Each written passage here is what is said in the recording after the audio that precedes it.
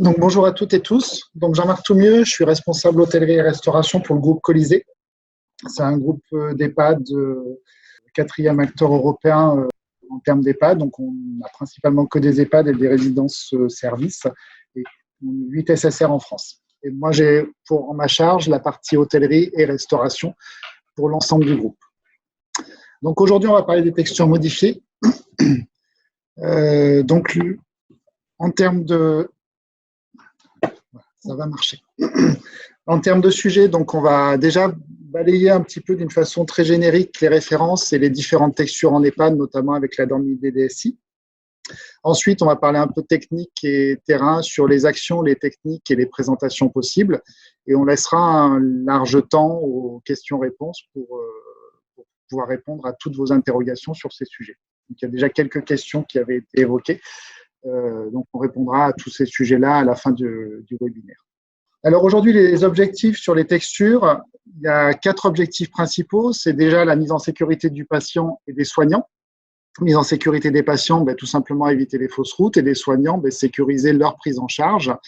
Ensuite, permettre la couverture des besoins nutritionnels du patient, ce qui est une partie qui va plus concerner la partie cuisine dans ces techniques à utiliser pour réaliser les textures modifiées. Dans les textures modifiées, vous avez une perte nutritionnelle qui est liée d'une part à la fabrication des textures et d'autre part à ce que le résident n'a pas une couverture complète de sa journée, notamment ne mange pas de pain. Enfin, en tout cas, s'il est en texture, il ne doit pas manger de pain. Et le fait de ne pas manger de pain ne permet pas de couvrir l'ensemble des besoins nutritionnels de la journée. Ensuite, maintenir le plaisir au moment du repas. Donc, c'est pas parce qu'on est en texture qu'on doit manger des choses qui n'ont pas de goût ou qui ne rappellent plus les goûts de base des produits. Et puis, le fait des textures, c'est aussi maintenir une certaine autonomie pour les patients et résidents. Alors, aujourd'hui, les références, c'est différentes textures en EHPAD. Alors, aujourd'hui, il faut savoir que jusqu'à il y a 2 ans, il y avait peu de règles. Il y avait quelques règles qui s'appelaient GMRCN et après, chaque établissement, chaque médecin, chaque orthophoniste par rapport à son lieu d'étude avait sa propre nomination. Il faut savoir qu'en France, on a recensé une 50aine de nominations différentes pour des textures. Alors, il n'y avait pas 50 grades de texture, mais il y avait 50 appellations différentes pour les textures. Donc, chacun utilisait son propre terme. Et donc, en 2018, il y a eu une norme qui est sortie, dont je vais vous parler après, qui est une norme internationale qui permet que tout le monde parle à peu près le même discours. Ensuite, sur les techniques, les textures modifiées, aujourd'hui, il y a un nombre de résidents qui augmente réellement en termes de nombre de textures. Et aujourd'hui, les techniques se sont fortement améliorées. Il y a eu de nouveaux produits qui sont arrivés sur le marché qui permettent de texturer et de maintenir l'aspect gustatif et nutritionnel des aliments. Mais jusqu'alors, vraiment, chacun utilise un peu sa propre technique pour arriver à au résultat attendu. Et ensuite, une satisfaction globale peu satisfaisante pour plusieurs raisons. Ce n'est pas uniquement parce que les textures ou le goût n'est pas maîtrisé, c'est parce que quand on mange en texture, le côté mastication, on le perd. Et donc, il faut réussir à retrouver le moyen de satisfaire le résident et qui conserve l'ensemble des goûts initiaux des produits qu'il va toujours manger. Alors, pour parler un peu plus de la référence commune, donc ça s'appelle l'IDDSI. C'est une référence, il faut le savoir, internationale qui a été traduite en français en 2018, qui est travaillée par des médecins, des orthophonistes, des diététiciens et diététiciennes un peu du monde entier, et qui ont permis de définir des règles en termes de grades et en termes d'évaluation de la texture. Donc, dans l'IDDSI, vous avez à la fois la définition des grades et la normalisation un peu des grades. Et ensuite, vous avez aussi comment évaluer et comment voir dans quel grade le résident se situe. Donc là, vous avez le schéma de l'IDDSI. Alors, c'est une norme qui est réglementée. Même la traduction française, il faut savoir qu'elle a été confiée à des orthophonistes, dont certains de Grenoble.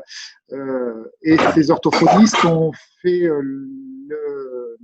la traduction. Et la traduction a ensuite été validée par ceux qui ont écrit l'IDDSI au départ, qui a été écrite uniquement en anglais. Alors, le principe de l'IDDSI, c'est d'avoir un nombre défini de textures pour les aliments et les liquides. Aujourd'hui, on va principalement parler des aliments et vous verrez que sur les aliments, aujourd'hui, on est à du grade 3 au grade 7, donc ce qui est un nombre très court de textures, et à savoir que le grade 7, c'est ce que vous et moi, on mange tous les jours, donc c'est l'alimentation totalement normale. Donc en termes de texture, on est passé d'une multitude de textures à granulométrie différentes à seulement 4 grades différents. Ensuite, c'est la création d'un langage commun. Ça permet, la création d'un langage commun, c'est que la prise en charge médicale va être uniforme d'un établissement à l'autre. C'est-à-dire que vous alliez au CHU, en maison de retraite, à Paris, à Marseille, à Bordeaux, où vous voulez, vous aurez logiquement la même appellation et ça vous permet d'avoir une référence commune dans les textures modifiées. Ensuite, ça permet aussi une standardisation internationale, bien sûr, parce qu'aujourd'hui, il n'y avait pas de règles au niveau monde. Ça sécurise totalement la prise en charge en termes d'un patient, c'est-à-dire qu'un patient ou un résident qui va être hospitalisé dans un CHU, après, quand il va arriver à l'EHPAD, si on utilise les CRAD, globalement, il va avoir sa prestation qui va pouvoir se poursuivre avec la notification du CHU. Et ensuite, ça permet aussi une amélioration et l'uniformisation de la prise en charge des sujets dysphagiques. Donc voilà un petit peu sur les DDSI. Ensuite, pour remettre un petit peu un parallèle avec ce que vous avez connu ou ce qu'on connaît, aujourd'hui, on avait plutôt des termes mixés, moulinés, hachés, mixés, lisses, et j'en passe, c'était meilleur. Et savoir que certains, le haché, c'était du mouliné, d'autres, le mouliné, c'était du haché, certains, le mixé, c'était du mixé lisse, d'autres, le mixé lisse, c'était du mouliné. Donc, on avait vraiment tous les termes, et moi qui navigue dans 110 établissements, et en France, donc je peux vous dire que dans 110 établissements, si je commence à m'arracher les cheveux, à ne pas avoir les mêmes termes, ça va être compliqué. Donc aujourd'hui, cette norme a ce mérite-là. Donc pour vous dire un petit peu les parallèles des grades, donc le grade 7, c'est l'alimentation totalement normale, c'est-à-dire qu'il n'y a aucune modification à votre alimentation, c'est-à-dire c'est ce que vous et moi on mange. Le grade 6, ils appellent ça petit morceau tendre, c'est ce qu'on appelle aussi les aliments coupés. C'est les gens qui ont des problèmes de praxie ou de difficulté à couper un aliment. Donc, c'est ce qu'on avait appelé le grade 6. Donc, on verra après un peu dans le détail les techniques.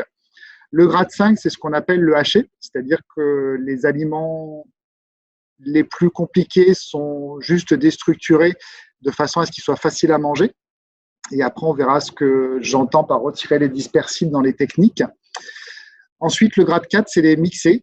Donc, ça correspond globalement aux textures mixées. Donc, en termes de parallèle, vous pouvez penser à une texture purée avec une granulométrie proche de 0. C'est-à-dire la granulométrie, c'est un terme qui s'emploie beaucoup à l'origine dans le café.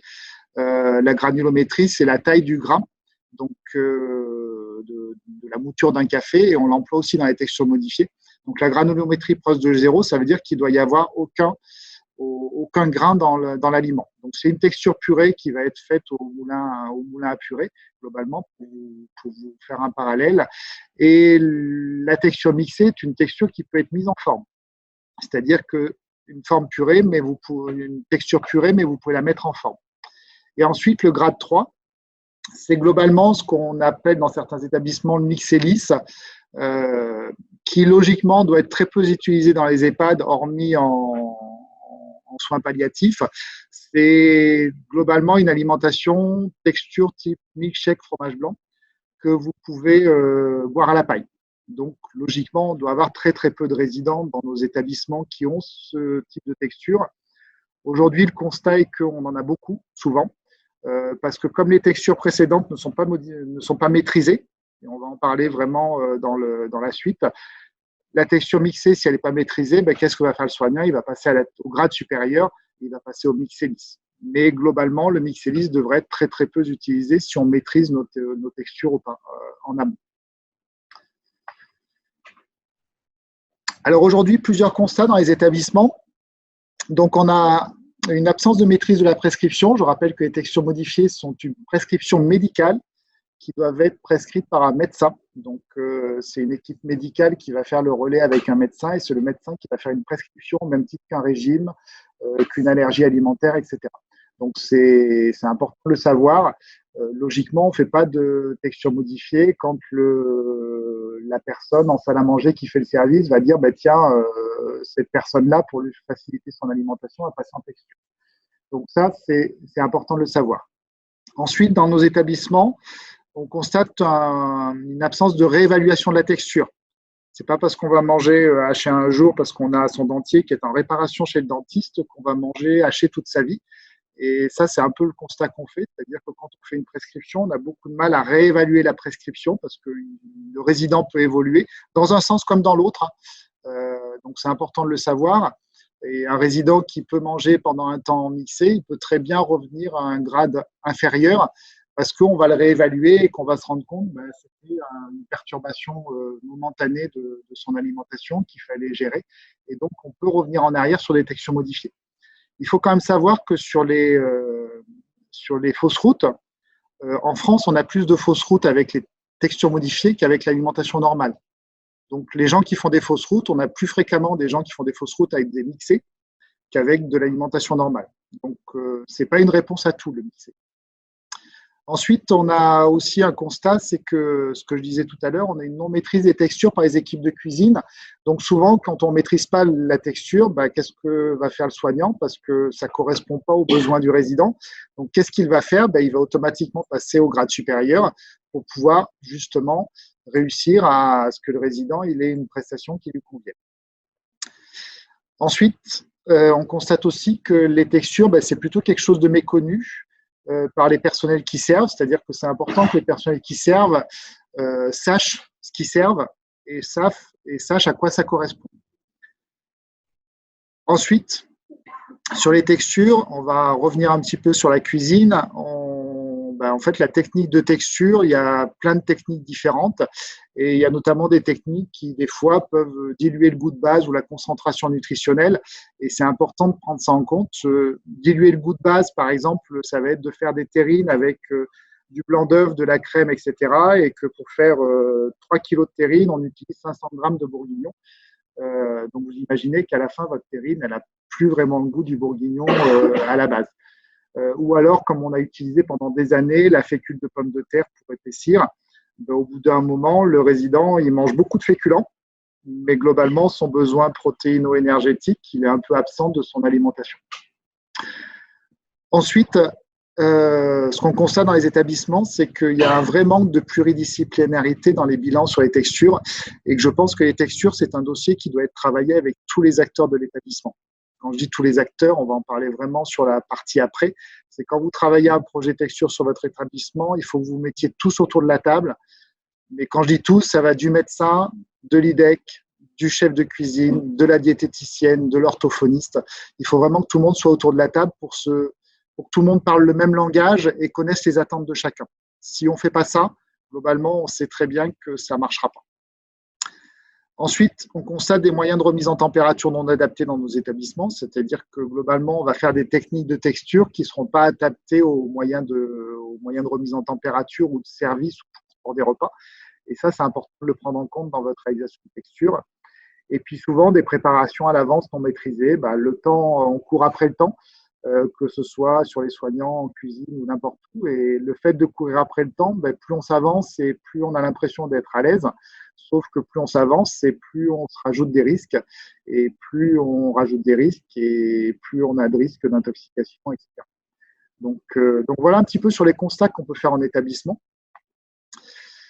Donc maintenant, on va rentrer un petit peu plus dans le vif du sujet et notamment voir un petit peu tout ce qui va concerner les textures et comment on travaille un projet texture.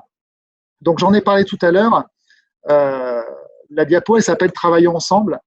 C'est-à-dire que c'est important que dans un établissement, quand vous travaillez sur les textures, que tout le monde se mette autour de la table.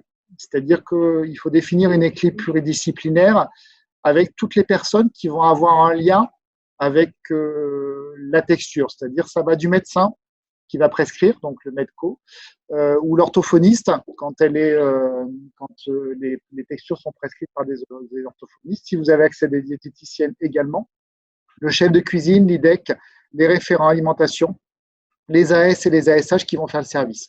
C'est important que tout le monde se mette autour de la table pour bien comprendre ce que c'est qu'une texture, pourquoi on prescrit une texture et quelles sont les attentes. Ce qui est important, c'est de définir ce que tout le monde attend d'une texture. Et ce qui est souvent le plus difficile, c'est qu'à un moment, le médecin il doit être capable de dire moi, quand je prescris un mixé, j'attends ça en termes de déglutition. Et qu'ensuite, tout ça soit traduit par des diététiciennes orthophonistes et que derrière, le chef de cuisine il sache ce qui est attendu pour pouvoir préparer la bonne texture qui est attendue. C'est-à-dire, si le médecin il dit que pour lui, un mixé doit être avec une granulométrie 0 en termes de déglutition, il faut qu'après, le chef il ait dans cet objectif de travailler des recettes avec une granulométrie 0, c'est-à-dire une granulométrie qui permet de mettre en forme un produit, mais par contre qui ne présente aucun gras, parce que le gras va faire que le résident va avoir du mal à déglutir. Donc après, le chef il va travailler ces recettes qui répondent aux attentes médicales et gustatives des résidents. On n'oublie pas le côté gustatif, il faut que l'alimentation reste un côté plaisir en EHPAD. C'est un marqueur fort dans les établissements, donc il faut que ça reste un côté plaisir. C'est-à-dire travailler des recettes répondant aux attentes médicales et gustatives. Donc médical, c'est ce que je disais tout à l'heure. Si le médecin il souhaite avoir une texture avec 0 gras, il va falloir qu'il travaille la technique et la façon de réaliser une texture avec 0 gras. Et ensuite, gustative, il va falloir que le résident il retrouve le goût qu'il a connu. Et souvent, les chefs, quand ils me disent ma terrine, elle a le goût quand je rajoute la sauce, moi, quand je vais au restaurant, ce n'est pas la béarnaise qui me donne le goût de l'entrecôte, c'est l'entrecôte qui me donne le vrai goût de l'entrecôte. Donc, ce n'est pas parce qu'on va rajouter une sauce qu'il va falloir que ça rappelle le goût. Il faut que le goût du produit de base soit là. C'est-à-dire un haricot vert, il faut qu'il ait le goût d'haricot vert. Un bourguignon, il faut qu'il ait le goût d'un bourguignon. Un saumon, le goût d'un saumon. Sans que l'apport de sauce fasse ce rappel de goût. Ensuite, ce qui est important, c'est quand vous avez monté votre projet, c'est d'organiser une dégustation pour faire connaître, comprendre, adhérer, s'approprier et accompagner le résident et sa famille. C'est-à-dire qu'une dégustation doit être impérativement faite dans tout projet texture avec toute l'équipe qui va intervenir. Donc, à la fois le medco, pour qu'il soit convaincu que sa demande et ce que le chef a travaillé correspond réellement à la demande du medco, l'IDEC, mais aussi les AS et les ASH qui vont faire le service, parce que c'est important que les AS et les ASH, elles aient le goût et l'image de ce qu'elles peuvent faire et ce qu'elles vont servir aux résidents et à la famille.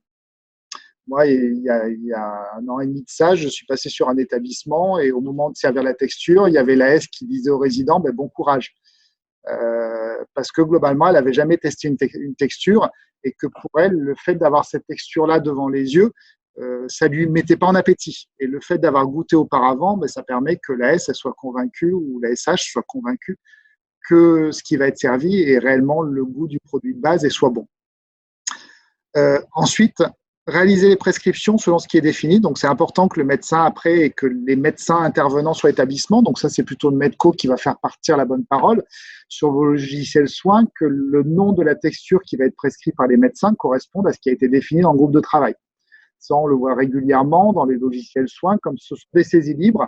Quand le médecin qui intervient, et souvent il y a beaucoup de médecins qui interviennent différemment pour des résidents, le médecin, s'il n'a pas eu l'information, il va continuer à prescrire le moulinet alors qu'il pense que c'est le HC qui correspond au grade 5, au grade 4 de l'IDDSI. Donc, s'il ne fait pas le rapprochement, il va continuer à prescrire le nom qu'il prescrivait avant. Et à un moment, tout le monde va être perdu parce que du coup, le médecin qui a pensé prescrire un HC a marqué moulinet sur sa prescription. Et du coup, le cuisinier qui a compris que le moulinet, ça correspondait au grade 4 et qu'en fait, le médecin attendait un grade 5, là, je pense que je vous ai tous perdus. En tout cas, c'est pour vous expliquer que si tout n'est pas clair, en fait, c'est un peu ce qui se passe dans les établissements, c'est que tout le monde est perdu. Donc, et que le résident, au bout du compte, c'est lui qui va subir un petit peu le fait que les termes ne soient pas les bons employés. Et après, ce qui est important, c'est de veiller à mettre en place ce qui fait que la bonne assiette va être servie à la bonne personne. Donc ça, c'est toute la partie service.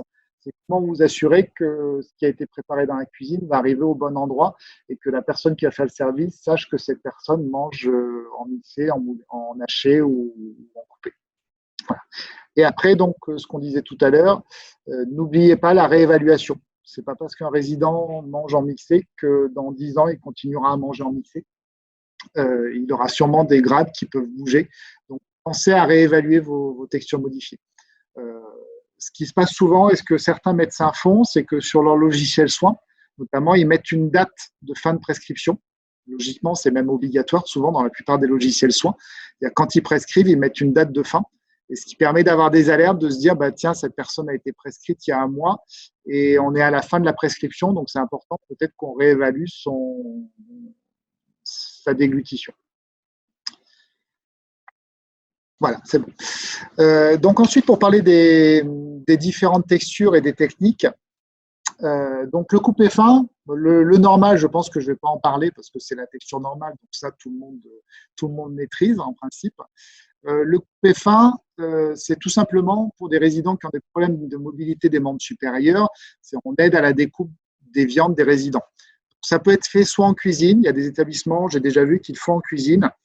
Alors moi, je mets juste un petit bémol quand c'est fait en cuisine. Attention, si vous avez un maintien en température en chaleur sèche, ça veut dire que votre viande, au bout d'un moment, elle va un peu se dessécher au four et ça va donner quelque chose qui va être difficile à mastiquer parce que ça va être des petits morceaux qui vont se dessécher ou soit à table devant le résident. Alors, à table devant le résident, ça a le mérite que le résident il ait son assiette normale qui arrive et qu'on l'accompagne sur la découpe. En tout cas, il voit le produit initial tel qu'il s'imagine. Quand c'est une cuisse de poulet, il va voir la cuisse de poulet telle que lui, il a l'image d'une cuisse de poulet dans sa tête. C'est important parce que l'alimentation est fortement liée à une mémoire du cerveau. Malheureusement, le goût ne représente pas énormément. Des fois, c'est aussi toute la mémoire du cerveau qui va rappeler des souvenirs et qui va faire que le résident il va avoir envie de manger parce que quand la cuisse de poulet ressemble à une cuisse de poulet, il sait que dans la cuisse de poulet, il a la peau grillée qu'il aime bien dessus, il a dessous la viande, etc. Donc, ça lui rappelle plein de choses qui vont faciliter aussi son envie de manger. Ensuite, le moulinet haché. Alors, en principe, on dit que haché, mais il y en a des fois qui disent mouliné. Alors, le mouliné, c'est l'avantage, c'est qu'on peut le mettre en mixé, on peut le mettre en mouliné, on peut le mettre en haché. Il va un peu de partout, ce terme-là. Mais on va bien parler que du haché. C'est en fait une aide à la mastication des aliments fermes. Ce sont des résidents qui ont plutôt des problèmes de dentition et sur lesquels il va falloir les aider à faire le travail des dents. N'ayant plus de dents, ils ne peuvent plus faire le premier travail de mastication dans la bouche. Donc, il va falloir les aider à faire ce travail-là.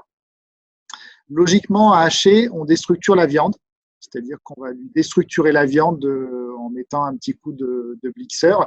Et le fait de passer la viande dans le blixeur, ça va lui déstructurer la viande et lui faire le travail qu'auraient fait les dents. Donc, on fait ce travail à sa place.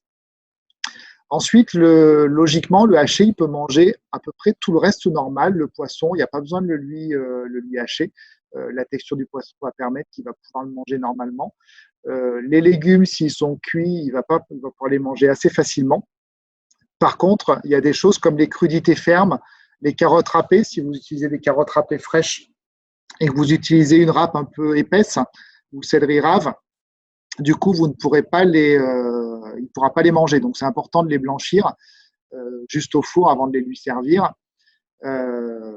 Ensuite, tous les fruits un peu fermes, comme les pommes, les ananas, etc., c'est important de les faire. Il peut les manger, mais si vous les coupez très, très fins.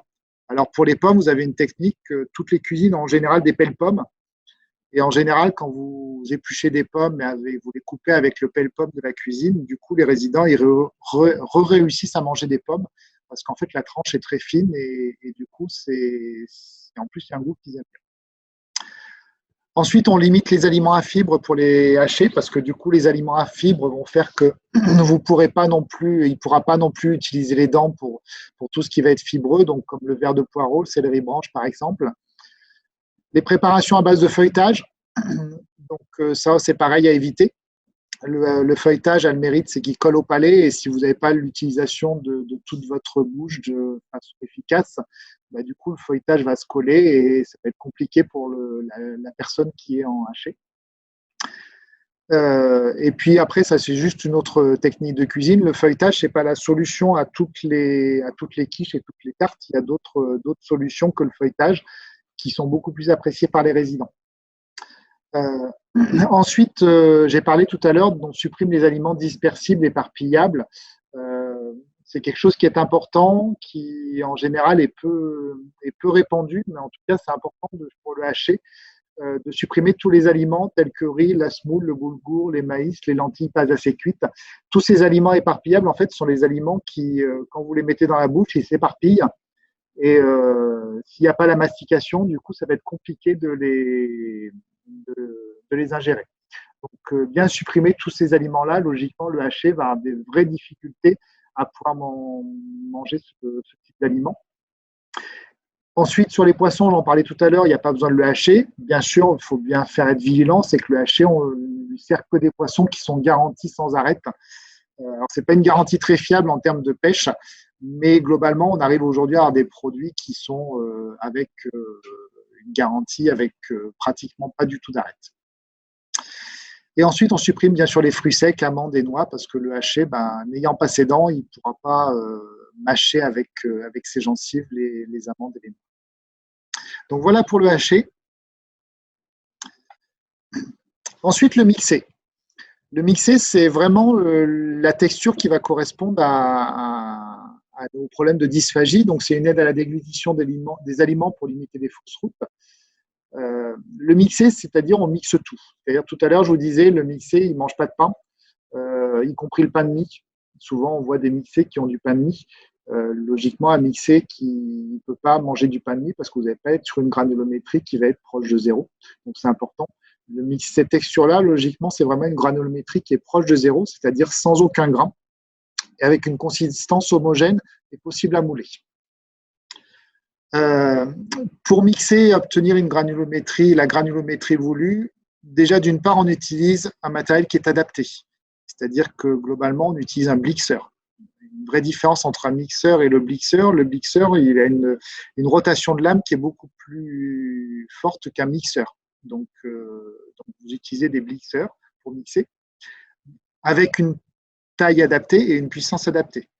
Aujourd'hui, les matériels ont plutôt bien évolué. En plus, ils sont tous compatibles sur du 220 volts, ce qui n'était pas le cas il y a quelques années où ça se branchait sur du 400 volts. Aujourd'hui, ils sont tous compatibles sur les deux puissances. Donc voilà, aujourd'hui, on a vraiment le choix du matériel. Il n'y a pas de matériel recommandé, mais c'est vraiment le blixeur qu'on va utiliser pour réaliser un mix. Et ensuite, une taille adaptée. C'est-à-dire que le bol du blixeur, il doit être adapté à votre volume de mixé. C'est-à-dire si vous avez 4 mixés, n'achetez pas des blixeurs qui font 5 litres. Parce que globalement, vos aliments ils vont se battre au fond du blixeur et vous n'arriverez pas à mixer d'une façon homogène. Ensuite, en technique de mixer, il faut savoir que quand on mixe, il y a une vraie technique pour mixer un aliment.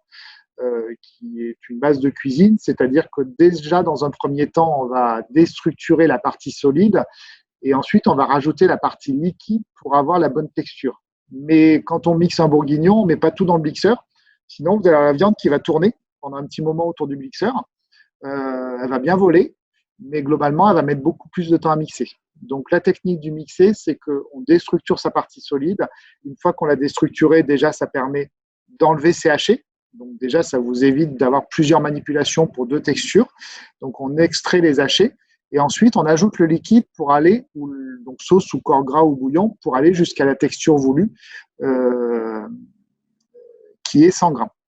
Et c'est en fait le fait de rajouter le liquide qui va permettre au mixeur de mélanger l'aliment au liquide et qui va faire que globalement on va obtenir une bonne texture.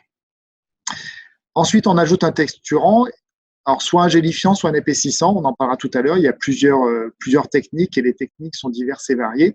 Et ensuite, on moule et on presse.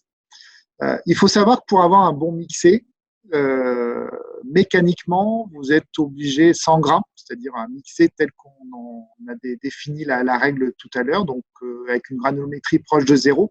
Globalement, il vous faut 60% de solide et 40% de liquide. Donc, pour avoir une texture correcte, ben, ça veut dire qu'il faut que vous mettiez 60% de produits solides, c'est-à-dire le poisson ou la viande, et globalement l'équivalent de 40% de liquide. Donc, ça veut dire quoi? Ça veut dire que bah, globalement, votre mixé qui va manger 100 grammes comme votre résident normal, bah, globalement, il aura 60 grammes de viande et le reste, ce sera que du liquide, donc sans apport nutritionnel. Donc, c'est important que quand vous travaillez vos textures, vous travaillez des texturants qui vous permettent de combler ce manque et de réussir à avoir une texture modifiée qui va avoir la même valeur nutritionnelle qu'une autre texture. Souvent, quand on arrive dans les établissements, on a dit bah, le résident qui mange en mixé, il faut que je lui donne 140 grammes pour que justement il ait la même valeur nutritionnelle que le résident qui mange en normal. Sauf que le résident qui mange en mixé, il faut arrêter de rêver, il ne va pas avoir la capacité à manger 140 grammes, alors que le résident normal, il ne mange que 100 grammes. Donc il faut plutôt partir sur l'objectif de la capacité à manger de votre résident. S'il a une capacité à manger à 100 grammes, c'est comment vous allez lui apporter la valeur nutritionnelle dans ces 100 grammes. Et ensuite, donc sur les textures, moi, je n'ai pas de règle de base. Je ne donnerai pas de conseils sur une technique ou une autre. Il existe aujourd'hui beaucoup de produits sur le marché qui sont très, très performants sur des gélifiants, des texturants, des épaississants. Moi, la seule chose que je voudrais vous dire, c'est que dans votre projet mixé, il faut que vous choisissiez un projet qui corresponde à votre capacité à faire, à réaliser, qui réponde à toutes les attentes, c'est-à-dire le fait d'être capable d'avoir une texture qui corresponde aux attentes du médecin, qui réponde aux attentes nutritionnelles, donc qui soit capable de répondre. Et après, je dirais que c'est bien de varier aussi, que le résident, il n'est pas que des choses moulées, que le résident, il n'est pas que des purées. Le fait de varier les plaisirs va varier son alimentation. Le résident normal, il a des grosses variétés en termes de texture, enfin, en termes de visuel, de présentation. Donc, il faut aussi s'axer sur les textures modifiées et d'avoir le même objectif. Le gélifiant, il va vous permettre d'avoir une conception de terrine, de faire des moules en silicone, individuels ou multiportions. Ça permet de présenter facilement, notamment si le dressage est fait par des tierces personnes, notamment quand on envoie des chariots dans des étages en multiportions. Ça permet que l'aide-soignante ou la SH qui va faire le service, elle ait une spatule, elle puisse mettre la terrine directement dans une assiette et que ce soit bien présenté. L'épaississant, ça va être une présentation, une texture plutôt sous forme de purée, qui permet plutôt un dressage minute, mais qui va être fait par des gens qui maîtrisent le dressage. Et ça peut être fait avec une poche à douille ou avec une cuillère à glace. Donc l'épaississant va vous permettre vraiment plutôt de répondre à un service minute et surtout que le dressage soit fait par des personnes qui maîtrisent. Parce que si vous faites un travail en épaississant avec une distribution en étage et que les ASH ou les AS ne sont pas formés au service, ça va être globalement la purée de la cantine qui va être mise à la louche dans l'assiette et souvent qui va en plus va être mélangée entre le plat protéique et la partie protéique et la partie légumes. Donc c'est important que vous utilisez la technique la plus adaptée à votre établissement. C'est pour ça que j'ai pas de règles et que je pense que chaque établissement est différent et chaque établissement doit pouvoir faire sa propre technique. Chose que je n'ai pas précisée sur les textures, le résident normal, quand vous lui servez la viande, le légume et le féculent, quand vous avez double garniture. Le résident en texture modifiée, c'est pareil. Donc, il faut lui servir la viande, le légume et le féculent séparément, de façon à ce qu'il puisse avoir la même présentation qu'un résident normal. Un résident mixé, on ne va pas lui mixer tout ensemble. Déjà, ça va nous donner une couleur qui va être tous les jours la même. Et ça, c'est pas du tout positif pour son alimentation. C'est bien de lui présenter les 3 aliments et qu'il puisse retrouver le goût des 3 aliments séparément. Donc ça, c'est important. Donc voilà un petit peu sur les textures. Donc ce que je vous disais, pour bien trouver sa technique, il faut déjà bien identifier vos modes de production et de distribution, de savoir si vous êtes en liaison froide, en liaison chaude, si vous distribuez dans des chariots, si le service est fait par des personnes qui ne sont pas du tout formées au dressage d'assiette ou à la présentation. Voilà, donc ça, il faut vraiment que vous identifiez toutes ces choses-là et puis que vous identifiez les attentes qui sont attendues en termes de qualité servie et les attentes médicales en termes de granulométrie. Quand vous avez fait tout ce travail, après, il suffit de trouver votre technique. Aujourd'hui, ce n'est pas de réinventer sa technique. Il existe beaucoup de techniques sur le marché qui permettent de faire du détection modifiée, des mixés. Donc, n'hésitez pas à vous renseigner sur les techniques qui peuvent exister. Voilà. Donc moi, j'ai pas de technique particulière. Je privilégie plutôt la variété de la présentation, de façon à ce que le résident il n'ait pas toujours la même présentation dans son assiette, qu'il puisse varier. Par contre, ce que je préconise vraiment, c'est que le résident qui mange en texture modifiée ait la capacité à avoir la même prestation que le résident qui mange en normal, c'est-à-dire avoir les mêmes couleurs dans son assiette, avoir les mêmes séparations de goût et que tout ne soit pas mélangé.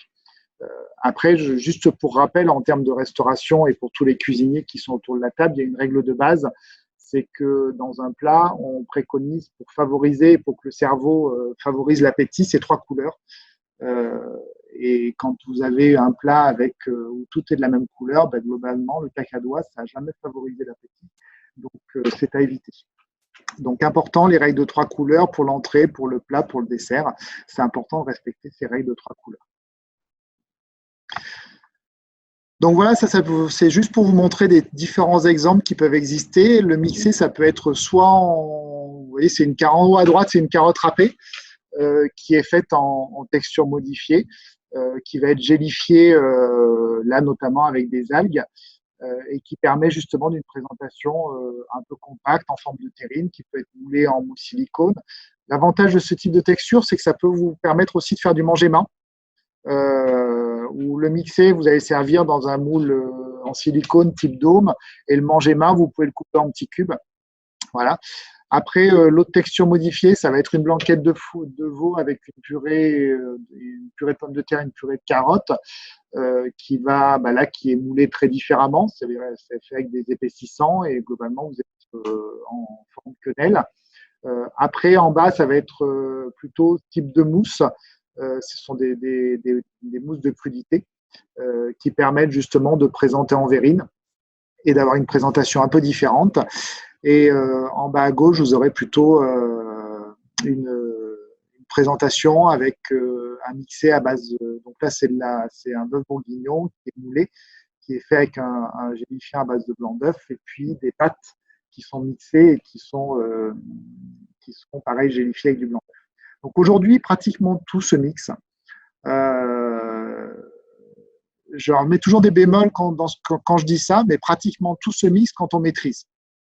Si on ne maîtrise pas, faites pas, parce que globalement, des pâtes mixées, si vous ne maîtrisez pas les pâtes mixées, si vous n'utilisez pas les bons gélifiants, ça va vous donner un résultat qui va être absolument immangeable. Et ayez toujours en optique que tout ce que vous servez, goûtez-le avant de le servir. Et si vous êtes capable de le manger, logiquement, le résident sera capable de le manger. Mais en tout cas, si quand vous le voyez, ça ne vous donne pas envie, ne le servez pas. C'est-à-dire que globalement, faites votre technique de mixer par rapport aux compétences que vous avez, aux produits que vous pouvez utiliser, au temps que vous avez pour produire, de façon à avoir la bonne technique qui corresponde à votre établissement. Ensuite, pour rebondir un petit peu sur les ressources qui sont mises en place sur la plateforme Maison Gourmand des responsables, et ensuite on passera en questions-réponses. Donc, vous avez tout le détail de l'IDDSI qui est en traduction française qui a été mis sur la plateforme. Donc, la définition de l'IDDSI avec les grades dont je vous ai parlé. Mais l'IDDSI va aussi au-delà, c'est-à-dire qu'elle explique aussi comment évaluer une texture modifiée par un principe de temps de déglutition. Alors, je ne suis pas très calé là-dedans parce que je ne suis pas orthophoniste. Moi, je suis cuisinier à la base, donc je garde un petit peu mes techniques cuisine et je laisse les orthophonistes maîtriser ça. Mais en tout cas, il y a des techniques très simples pour une infirmière, pour une diététicienne, pour évaluer justement quel va être le grade qui correspond le plus à ce résident par rapport à des techniques et des durées de déglutition. Ensuite, vous avez une petite présentation pratico-pratique qui est fait par un réseau Linut. Alors, réseau Linut, moi, je connais un petit peu. C'est un réseau du Limousin qui est très, très actif sur la nutrition. Ils travaillent avec le CHU de Limoges. En tout cas, ils font plein de publications qu'on peut retrouver sur Internet qui sont plutôt fiables et qui sont assez intéressantes. Ensuite, il y a un document mis à disposition qui est un document de l'ANAP, alors qui est très ancien. aujourd'hui, je pense que tout a beaucoup évolué sur la texture modifiée et vous avez plein de bonnes choses. Il est quand même mis à disposition ce document-là, vous avez quelques recettes.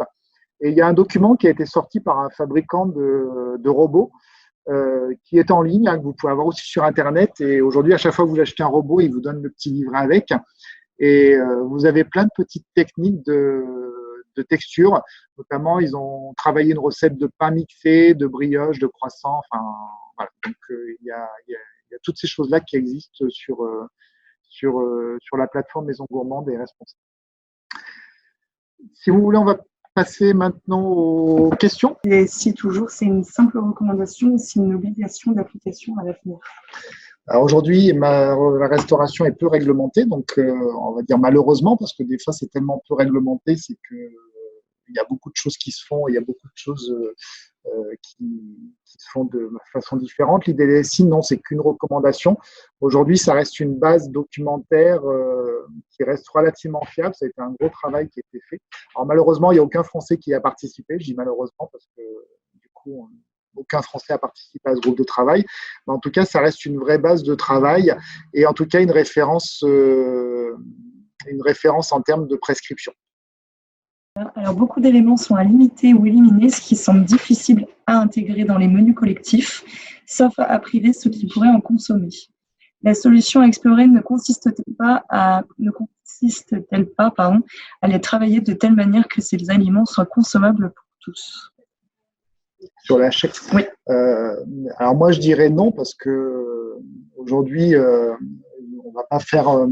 Déjà d'une part on va pas priver les résidents qui mangent normaux de l'ensemble de ces aliments, donc ça me paraît difficile. Aujourd'hui dans les EHPAD, je pense qu'il y a un objectif qui est incontournable et qui va être de plus en plus présent, c'est la personnalisation de la prestation.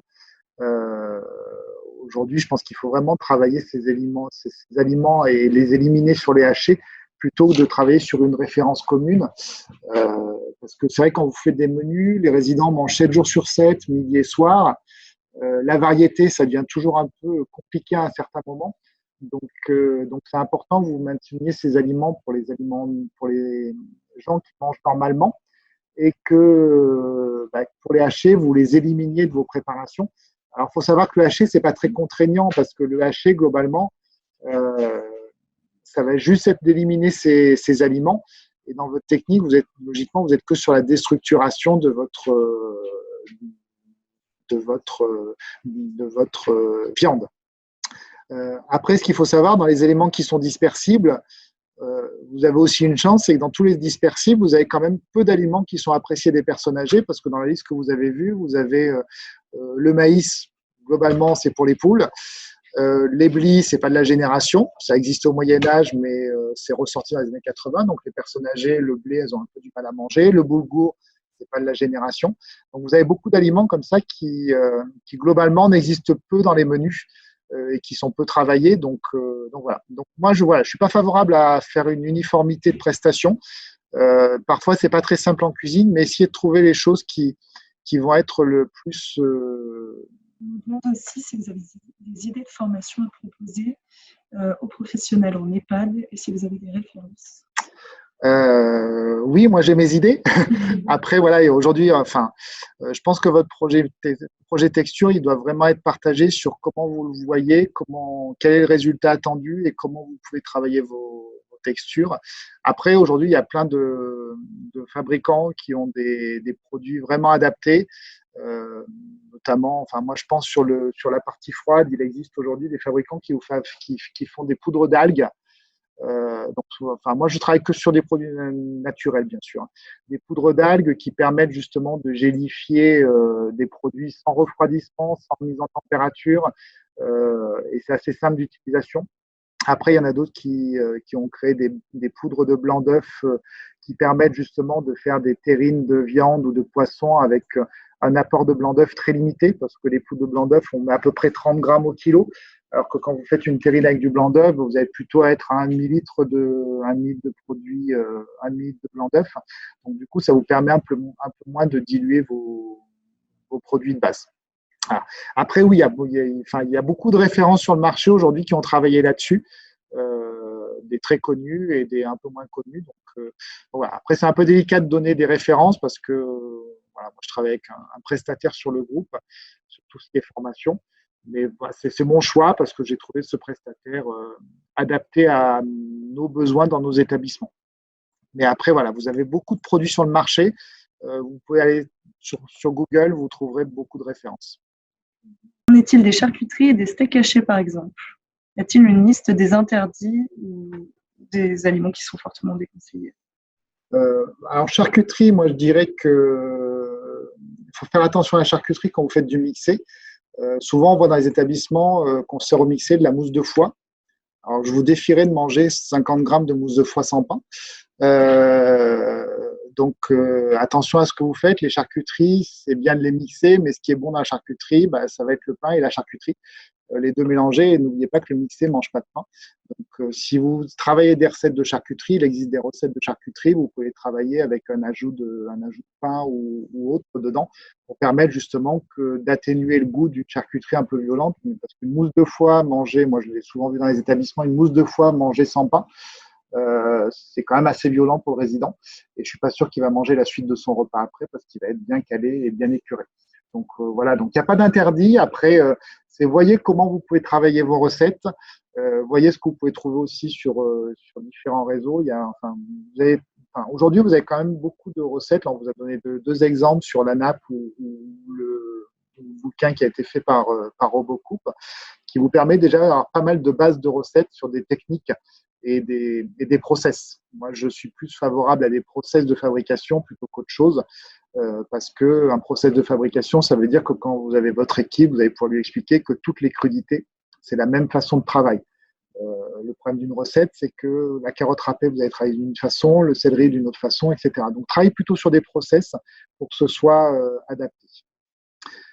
Et puis, pour le steak haché, moi, il n'y a pas d'interdit. Un steak haché, aujourd'hui, il peut être mixé. Pour moi, aujourd'hui, il n'y a pas d'interdit ou de déconseillé. Le steak haché, si vous respectez vos températures, plus de 63 degrés pendant toute votre process de fabrication, il n'y a pas de problème pour faire ça. On va répondre encore à d'autres questions avant de terminer ce webinaire. Une autre question, est-ce que les termes exacts il faut employer pour les textures ou le numéro de grade? Car par exemple, finement haché et lubrifié sur une fiche plateau, ce n'est pas très pratique. Non, c'est pas très sympa de voir ça, finement haché, lubrifié sur un plateau, je vous confirme. Voilà, moi après, je pense qu'il faut peut-être partir sur des thèmes standards hachés ou plus simples. Voilà. Après, moi, je fais toujours attention sur les plateaux ou services en salle, les différenciations ou quand on amène les assiettes aux résidents, souvent on entend la S ou la SH qui va dire tiens, voilà votre assiette normale.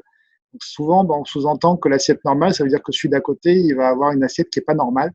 Donc, essayez de trouver des termes qui ne soient pas dévalorisants pour l'assiette. Alors, quand c'est normal, ce n'est pas dévalorisant, mais quand on dit tiens, voilà votre mixé, déjà, ça ne donne pas spécialement envie de manger. Mais si vous dites tiens, voilà votre bourguignon, le résident, il sera peut-être un peu plus content. Voilà. Donc, essayez de trouver des termes qui ne perturbent pas trop. Et moins on emploie ce type de termes-là, et mieux c'est. Chez les mixés, pour les personnes à risque, que conseillez-vous? Aujourd'hui, c'est vraiment le haché. Il faut bien comprendre que le haché, logiquement, est prescrit pour des problèmes de dentition. Le mixé est prescrit pour des problèmes de déglutition. Donc, dentition, c'est-à-dire de faire… Le haché, c'est une action mécanique qu'on va effectuer pour justement pallier à une action mécanique que le résident ne peut pas faire. Le mixé, c'est une action qui va limiter les troubles de déglutition et donc les risques de fausse route. Donc, c'est deux choses totalement différentes. Et c'est pour ça que c'est vraiment une prescription médicale. C'est le médecin qui va prescrire en toute connaissance de cause. Et c'est important de faire des tests de déglutition à un résident pour savoir si réellement la texture lui correspond. C'est vraiment la meilleure des choses. Et c'est ce que font toutes les orthophonistes.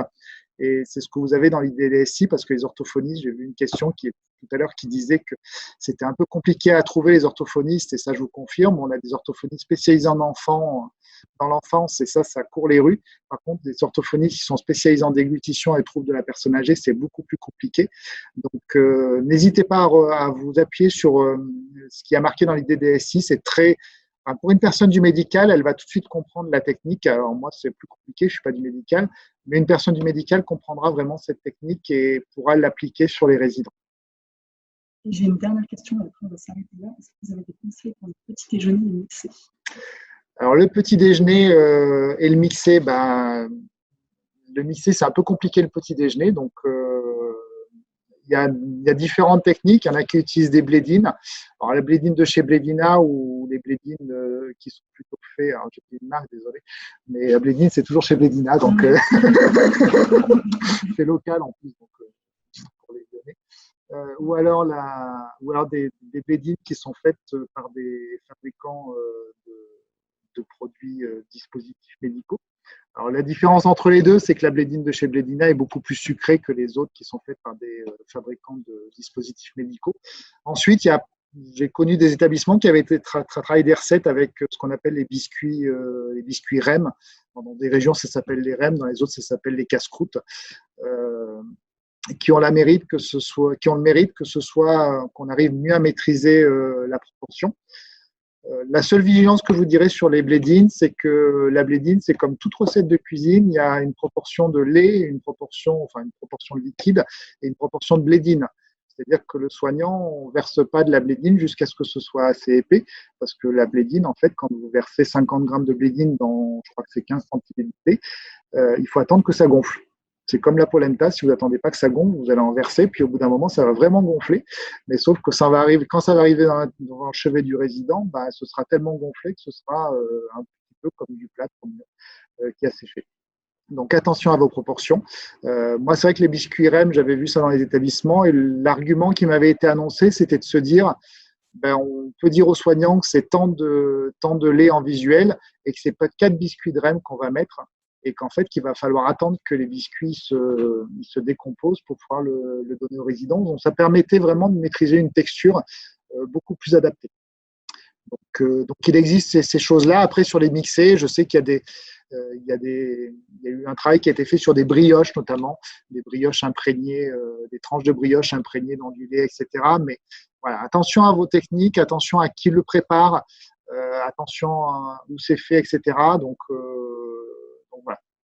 Je dirais juste une vigilance. Posez-vous vraiment avant de prendre une décision et de faire quelque chose. Posez-vous tous ensemble et dites, si on fait ça, est-ce qu'on va maîtriser vraiment jusqu'au bout? Si c'est le soignant qui, le matin, a tous ses petits déjeuners à distribuer, qui globalement a du mal à s'en sortir, et qui va faire la brioche et juste rajouter un peu de liquide et qui va vite donner ça, est-ce que le résultat attendu sera celui que vous voulez? Donc, posez-vous sur votre organisation avant de décider quoi que ce soit. Merci beaucoup. Si vous avez d'autres questions, n'hésitez pas à me les formuler par mail. Et je vous souhaite une bonne journée. Merci à tous. Au revoir. Au revoir.